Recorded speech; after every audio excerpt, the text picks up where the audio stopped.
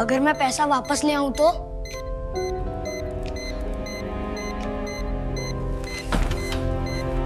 अगर तू सच में 400 करोड़ लौटा दे तो मैं तुझे 10 करोड़ रुपए इनाम दूंगा। सुबह का समय था। नदी के किनारे बने पुराने बस अड्डे पर हलचल शुरू हो चुकी थी।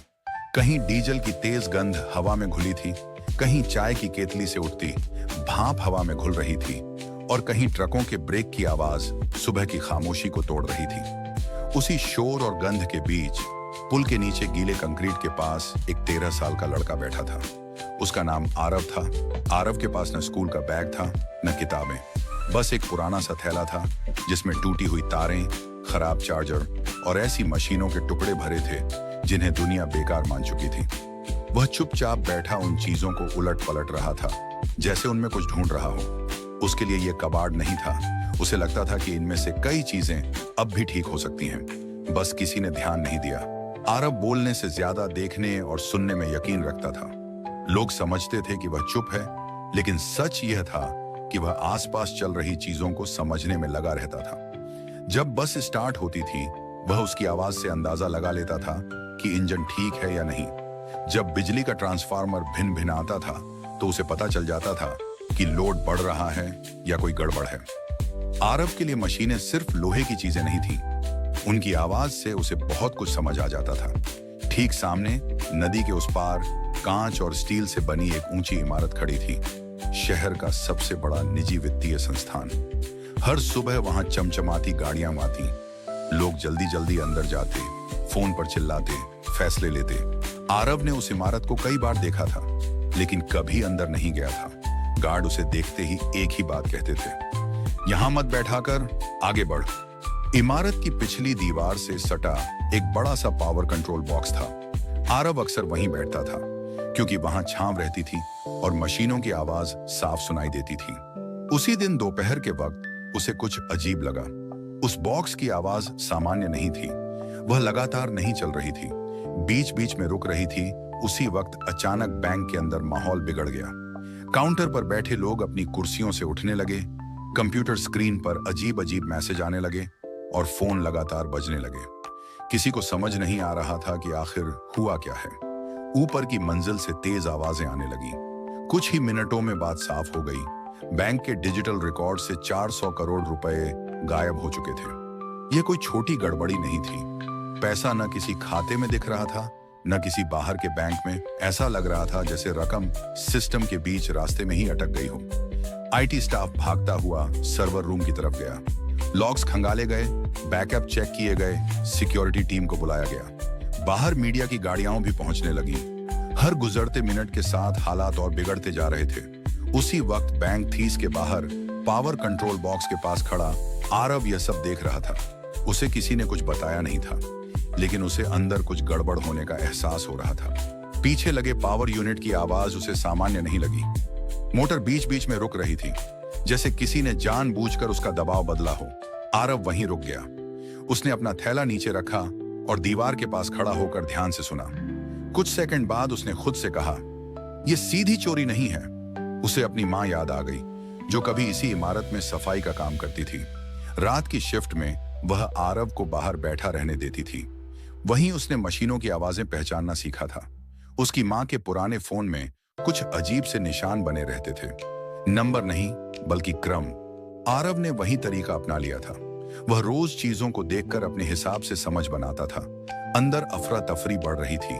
बाहर एक लड़का था जिसकी नजरें कांच के पार अंदर की हलचल को देखने की कोशिश कर रही थी।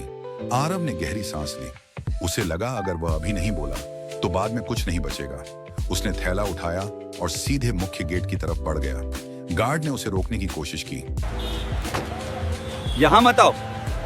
लेकिन इस बार आरव रुका नहीं। उसने पहली बार साफ आवाज में कहा, जो पैसा गायब लग रहा है वो बाहर नहीं गया है। गार्ड हंसा ही था कि अंदर से एक महिला तेज कदमों से बाहर आई। चेहरे पर तनाव साफ था, गले में आईडी कार्ड लटक रहा था। उसका नाम था सारा। उसने आरव की तरफ देखा और पूछा, क्या कहा तुमने? मैडम, ये बस ऐसे ही बोल रहा है। आरव ने नजर झुकाई, फिर बोला, अगर अभी कुछ नहीं किया गया तो थोड़ी देर बाद सिस्टम खुद सब साफ कर देगा। महिला चौंक गई। तुम्हें ये कैसे पता? पावर यूनिट की आवाज बदल रही है। ऐसा तब होता है जब सिस्टम पर दबाव घुमाया जाता है। डेटा का रास्ता समझ नहीं आ रहा।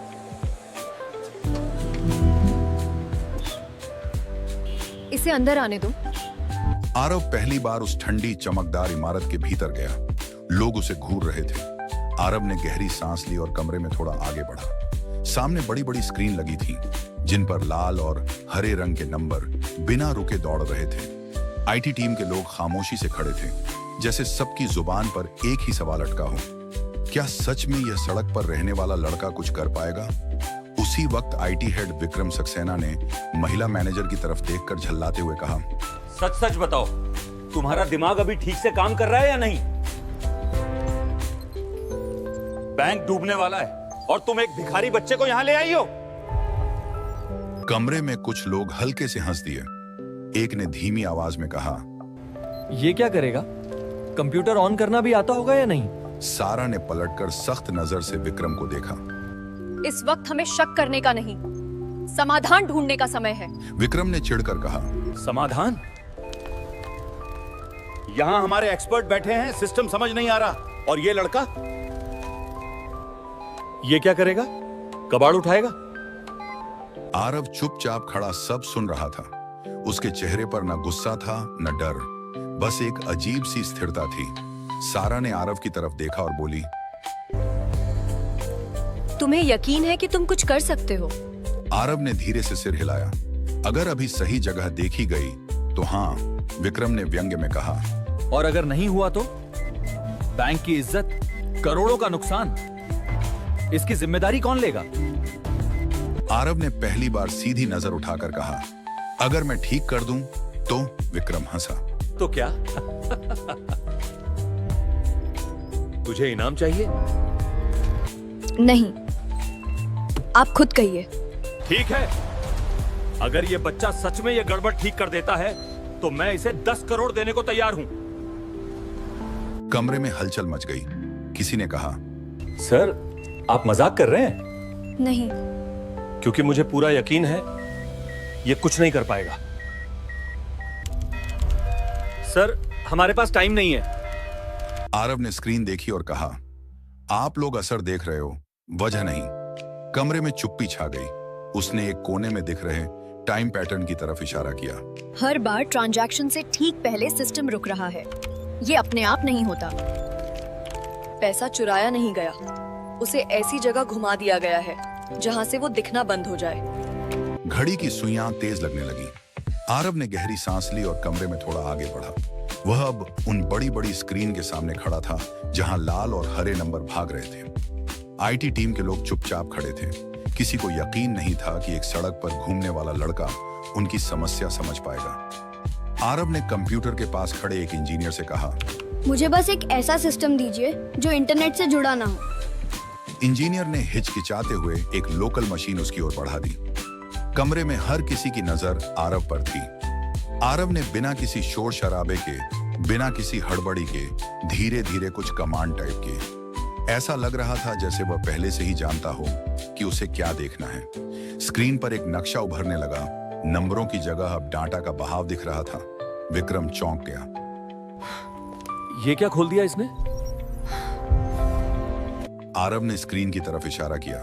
यह खातों का डेटा नहीं है, यह उस रास्ते का नक्शा है जहां पैसा घूम रहा है। किसी ने पूछा, घूम रहा है मतलब पैसा गया नहीं है, बस यहाँ आके फंस गया है। कमरे में फुसफुसाहट फैल गई। विक्रम ने आगे बढ़कर स्क्रीन देखी। ये तो हमारे सिस्टम का हिस्सा ही नहीं है। क्योंकि ये जगह सिस्टम ने खुद बनाई है। सारा की आवाज हल्की कांप गई। अगर यह न सुलझा तो सिस्टम खुद इस रास्ते को मिटा देगा और फिर पैसा किसी का नहीं रहेगा। और इसे रोकने में कितना वक्त लगेगा? कमरे में कोई बोल नहीं रहा था और जब आखिरी रकम भी सही जगह लौट आई तो विक्रम कुर्सी पर बैठ गया। ये कैसे कर लिया तुमने? मैंने कुछ नया नहीं किया, बस जो उलझा था उसे सीधा कर दिया। तुम इनाम के बारे में 10 करोड़ बाद में देख लीजिए। बस अगली बार किसी को उसकी हालत देखकर मत आकिए। कमरे में कुछ देर तक कोई कुछ नहीं बोला। स्क्रीन पर अब सारे नंबर स्थिर हो चुके थे। सिस्टम सामान्य दिखा रहा था, लेकिन लोगों के चेहरे अब भी जमे हुए थे। ऐसा नहीं था कि उन्हें खुशी नहीं थी, बल्कि वे समझ नहीं पा रहे थे कि अभी जो हुआ वह किस खांचे में रखा जाए। आईटी हेड विक्रम सक्सेना ने अपनी कुर्सी से उठकर पानी का गिलास उठाया। उसके हाथ हल्के कांप रहे थे।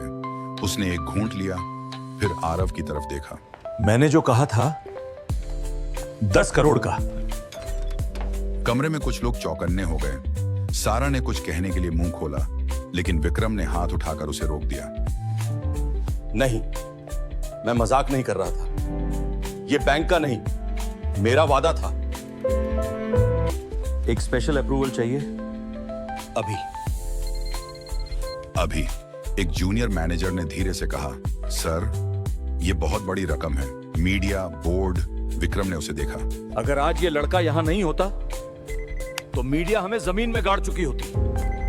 तुम्हें 10 करोड़ मिलेंगे, आज नहीं तो कल। आरव ने कोई उत्साह नहीं दिखाया, न आंखों में चमक, न चेहरे पर खुशी। वो बस कुछ सेकंड चुप रहा, फिर उसने कहा, सर, क्या मैं एक सवाल पूछ सकता हूँ? पूछो। अगर मैं ये बच्चा ना होता, अगर मैं सूट पहनकर आता, डिग्री लेकर आता, तब भी क्या आप मुझे इतना ही शक से देखते? कमरे में फिर सन्नाटा छा गया। यह सवाल किसी स्क्रीन पर नहीं था, किसी फाइल में नहीं था, लेकिन सबसे भारी वही था। विक्रम ने कहा, शायद नहीं। तो फिर 10 करोड़ मेरे लिए नहीं है। क्या तुम कहना क्या चाहते हो? अगर आप सच में कुछ देना चाहते हैं तो ऐसा सिस्टम बनाइए जहां अगली बार किसी बच्चे को अंदर आने के लिए किस्मत नहीं आजमानी पड़े। तुम पैसे नहीं लोगे? पैसे से मेरी जिंदगी थोड़ी आसान हो जाएगी, लेकिन सोच बदली तो बहुतों की बदल जाएगी। विक्रम कुछ देर तक चुप रहा, फिर उसने गहरी सांस ली और कहा, ठीक है। सबने उसकी तरफ देखा। 10 करोड़ किसी एक अकाउंट में नहीं जाएंगे, एक ट्रस्ट बनेगा। सड़क पर रहने वाले बच्चों के लिए ट्रेनिंग, पढ़ाई और मशीनों तक पहुंच। और ये बच्चा?